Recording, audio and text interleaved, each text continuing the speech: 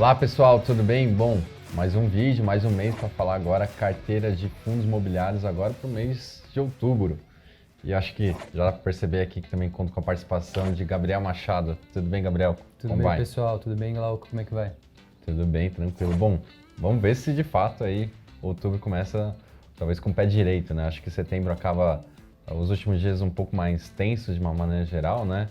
E vamos ver se agora outubro como um todo tem alguns dados mais positivos. Falando de dados, acho que também é bom talvez destacar alguns dados recentes aqui, principalmente os últimos que saíram aqui a respeito aqui, a última semana de setembro. Hoje, como exemplo, o dia que a gente está gravando, 30 de setembro, a gente teve um dia bastante importante a respeito do mercado de trabalho, seja ali CAGED e também ali a PNAD. De uma maneira geral, acho que os números como um todo, CAGED ali teve ali uma criação de aproximadamente 250 mil vagas de emprego, então até de certa forma um dado positivo como um todo. E fora o mercado de trabalho, que de certa forma vem mostrando um pouco aí de uma inflexão, dados um pouco melhores, né, que nem eu citei a criação recente, CAGED, vale destacar talvez uma preocupação que chama atenção, e acho que isso também até foi bastante importante quando a gente pautou agora para o mês de outubro, talvez as nossas alterações. Eu estou falando de dados de inflação. Dados de inflação mostram, de certa forma, os números, de certa forma, que estão ali no IPCA, como todo o índice amplo, né, o índice oficial do governo, de certa forma ainda está bastante positivo, né, diria benigno como um todo. Mas o que a gente vem ali, de certa forma, levantando uma preocupação, e basicamente não é nós como analista, mas sim nosso departamento econômico, né, o André Perfeito como economista-chefe, fala um pouco da dinâmica do que está acontecendo no índice de preço ali, de uma maneira ali para o atacado e o IGPM, que né? exatamente que se concentra no IGPM que está aí explodindo como um todo. Então, de novo, mês de setembro ali, a gente tem uma alta muito expressiva do IGPM. Eu peguei aqui de mês contra mês, tem uma variação de mais de 4%. Acho que até se pegar o IPA, né, que é o índice de preço ao produtor amplo, que é o que tem mais peso no IGPM, tem um peso de 60%, esse índice foi de mais de 5,7% em setembro, tá? Então, realmente, Muito forte. acho que vem puxando principalmente pelas commodities ali, então soja, milho, puxaram bastante. O dólar, né, também, né, de Exato. certa forma, são commodities dolarizadas, né? Exatamente. Então, assim, o IGPM, e a gente viu até alguns fundos aí da indústria, principalmente fundos de CRI, né? Até os fundos de CRI mais high yield, geralmente tem ali CRIs indexados ao IGPM, tiveram dividendos bastante gordos aí no último mês, né? Justamente por conta dessa alta aí do IGPM, que vem realmente, acho que nos últimos 12 meses está acumulado aí mais de 15%. Então, realmente é uma alta bem expressiva. E aí o que a gente estava falando é que acho que isso deve respaldar um pouco no IPCA, né? Claro que não na mesma magnitude, mas acho que a ideia aqui, até acho que já entrando propriamente nas carteiras, é que a gente faz algumas trocas pensando até nessa questão. Tentar favorecer fundos, né, basicamente fundos de CRI, que tem ali uma ponderação, uma alocação maior como indexador de IPCA. Então, Exatamente. acho que esse é o grande foco que a gente traz aqui de uma maneira geral. Acho que IGPM como um todo, enfim, acho que o movimento ainda, a gente olha aqui ainda com uma possível aceleração, né, até por uma questão de dólar, né, o André revisou agora recentemente o dólar a R$6, então tem um espaço também de vir uma desvalorização ali um pouco maior pelo câmbio, que isso pode passar também no IGPM, mas o que a gente está sentindo é que talvez o movimento por IPCA não foi por completo, então acho que esse é o raciocínio aqui que o Gabriel, a gente está mostrando como um todo, a gente está favorecendo fundos que têm maior penetração, enfim, alocação com IPCA. Quer já falar? Talvez já dar os nomes aos bois? Então, a gente faz duas trocas, então sempre lembrando que a gente tem a carteira de renda e a carteira de ganho de capital.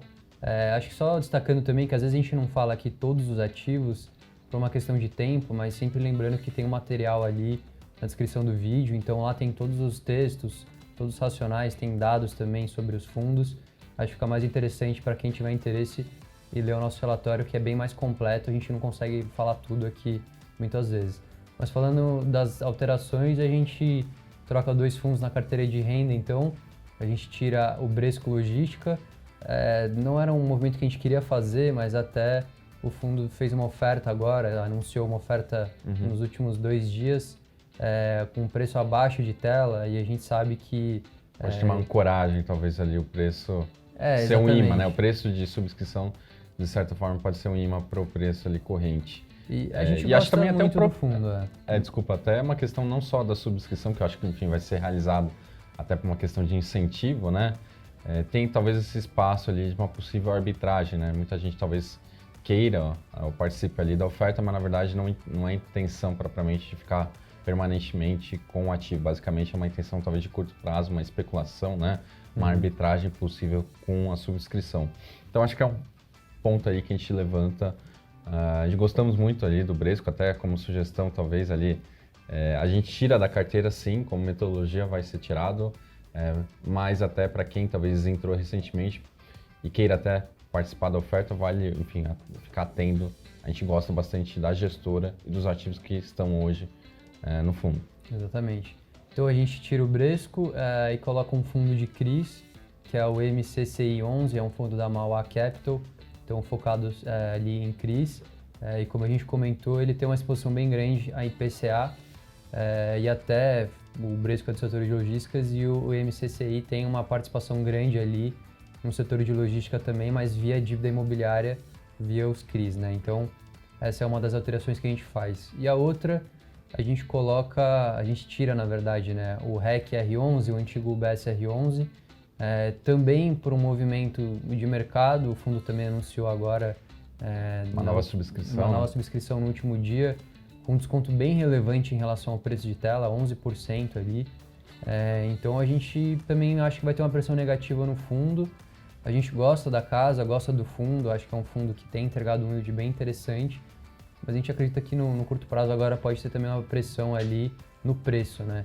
Então a gente coloca outro fundo de CRIs, que é o PLCR11, é um fundo da Brasil Plural, ele é relativamente novo, então é um fundo que fez recentemente o IPO no começo desse ano, tem um patrimônio ainda não tão grande, mas ele está ali... É um fundo de 200 milhões aproximadamente, né? E assim, até talvez hoje 200 milhões, né? Quando a gente compara, né, com a indústria como um todo, ele ficou ele é um pouco menor, né, de uma maneira geral, do que a média, né? Mas tem uma liquidez boa, tá? Acho que não é empecilho como um todo. E acho que a gente gosta do fundo até, também ele tem uma exposição bem grande em PCA, 80% da carteira. Ele tem um foco bastante grande também em Build-to-Suit, né, que seria ali uma modalidade de investimento bem mais segura, né? Então, o que você faz ali junto, geralmente é um player corporativo, até para construir galpões logísticos ou até outro tipo de empreendimentos, que tem ali geralmente prazos de aluguéis bastante longos de contrato, né? Então ele está bem focado nisso, na parte de dívida imobiliária, com o IPCA aí sendo o destaque dos indexadores, e ele tem também ainda uma parte em caixa, 17%, segundo ali o último relatório.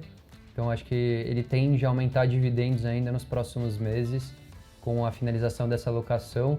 E como ele é um fundo novo, ele vem alocando todo esse capital aí nos últimos meses. Então acho que também tem ali um delay de alocações dos meses passados, que enfim vão começar a entrar no fundo em termos de amortização nos próximos meses. Então a expectativa é que também ele aumente o dividendo.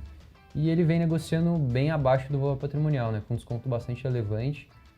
Ele acabou fazendo IPO num momento difícil ali, que foi na época do começo da crise. Os preços tiveram uma queda bem forte, muito por conta ainda a liquidez não estava muito boa, ainda aliado a esse estresse todo do mercado.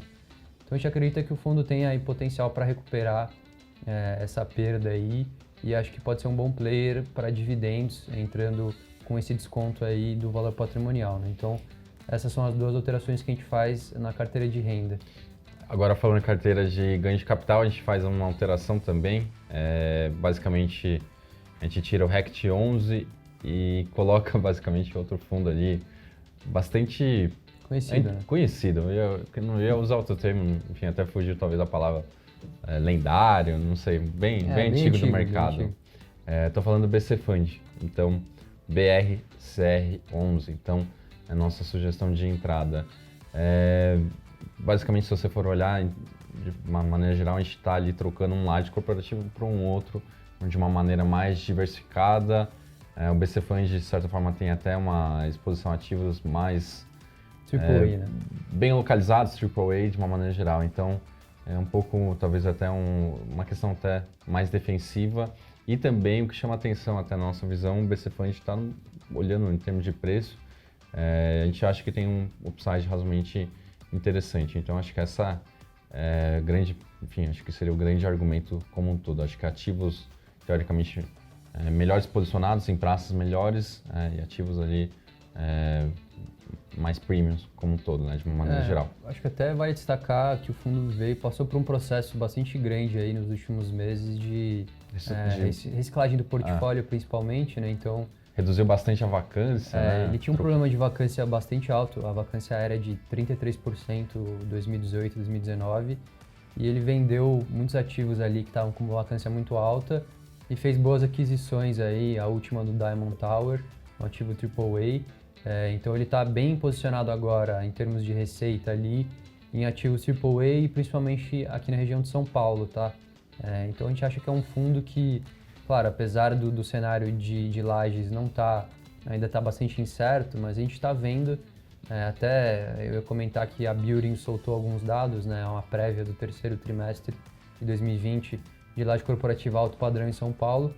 A gente teve uma alta ali marginal da vacância, não foi uma alta tão grande, mas também explicado por a gente provavelmente tem uma entrega bastante grande, que o estoque vago ali aumentou um pouco, né?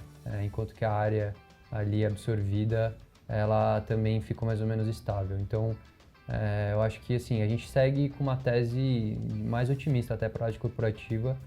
A gente vê aqui na Faria Lima, pelo menos, acho que a tendência é as pessoas voltarem ao escritório e continuarem aí, a vida está voltando ao normal, né? Então, acho que é basicamente por isso que a gente tem 2 ativos de laje corporativa, né? A gente já voltou a fazer o vídeo junto, né? Também.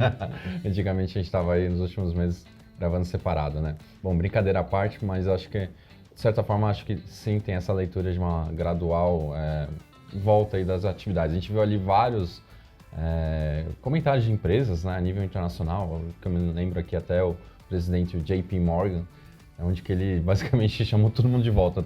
A gente está perdendo o foco, enfim, a produtividade, então basicamente ele quer que a força de trabalho volte ali, trabalhar todo mundo junto, enfim, essa interação, que é muito importante. Então, assim, a gente sabe que o coronavírus mudou a dinâmica, né, propriamente, né, lajes corporativas, colocou uma nova possibilidade de que sim, dá para trabalhar como toda a empresa, mas de uma maneira geral ali, acho que nada supera essa interação. Então, acho que tem um híbrido, modelo híbrido a ser praticado aí no futuro.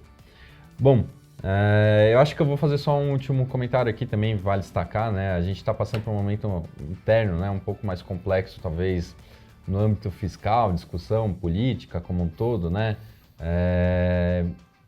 Fundo imobiliário tem um aspecto bastante importante com taxas de juros, né? Então, apesar da nossa taxa básica ali não ter alterado ali de uma maneira recente, né? A gente tem todo dia sempre uma expectativa, quando a gente olha a curva futura, a gente acaba tendo sempre uma projeção de quais são as taxas futuras ali que estão sendo ali ancoradas, negociadas, e a gente está vendo uma elevação. Então, isso é um pouco prejudicial, talvez essa dinâmica colocaria aqui para essa possível elevação de taxa de juros, né? Então, ficar um pouco atento, acho que pode ser talvez ali um driver que não ajude, né?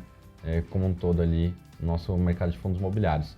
E também, um outro aspecto óbvio que sempre vai e volta, né? A gente sabe também que a situação fiscal está bastante crítica, então o governo, de certa forma ali, acaba analisando sempre possibilidades que possam ali fazer o custeio das nossas despesas. E, então, talvez ali vai e volta sempre essa questão de tributação de dividendos, né, de fundos imobiliários, acaba sendo ali uma proposta, né, como um todo. Então, ficar um pouco atento, esses são, acho que, os sinais ali um pouco mais não favoráveis como um todo, mas, de uma maneira geral, a dinâmica segue aí muito positiva, acho que para fundos imobiliários, dividend yield bastante gordo, comparando ali a renda base, ou a taxa básica ali de juros, né, ainda mais quando você olha a isenção para pessoa física que a gente tem hoje. Então, acho que é um produto que tem ali um peso ali bem importante para cada um ter na carteira como portfólio em termos de diversificação. Mais alguma coisa? Queria comentar? Falei alguma besteira? Acho que é isso. Então tá, pessoal. Bom, muito obrigado. Até mais, pessoal. Tchau. Valeu,